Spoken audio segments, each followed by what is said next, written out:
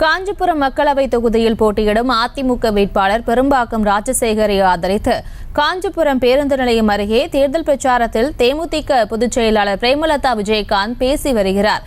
அதனை தற்போது நேரலையில் பார்க்கலாம். தேர்தலுக்கு முன் நிலைப்பாடு, தேர்தலுக்கு பிறகு ஒரு நிலைப்பாடு, இதுதான் திராவிட மாடல் ஆட்சியா என்று மக்கள் கேள்வி எழுப்புறாங்க. நிச்சயமாக இந்த தேர்தலிலே மத்திய மாநில அரசுகளுக்கு பாடத்தை புகட்டுங்கள்.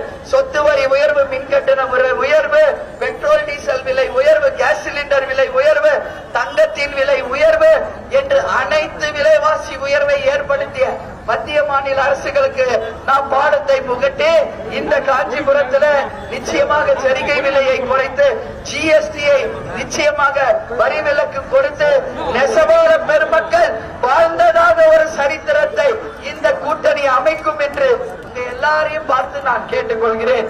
எனவே மறந்துடாதீங்க, கேப்டன் அடிக்கடி சொல்வார், 6 அறிவு நமக்கு கடவுள் கொடுத்திருக்காரு, சிந்திங்கள். 19ஆம் தேதி போய் ஓட்டு போடுங்க, சிந்திச்சு வாக்களிங்கள். உங்கள் வாக்கு இரட்டை இலை சின்னம் 3வது நம்பர் பட்டனுக்கு மாபெரும் வெற்றியை தாருங்கள் என்று கேட்டுக்கொள்கிறேன். உங்களுக்கு கொடுத்த வாக்குறுதியை நாங்கள் முன்னின்று நிறைவேற்றுவோம் என இந்த கூட்டணியை ஏற்படுத்தியது யார்?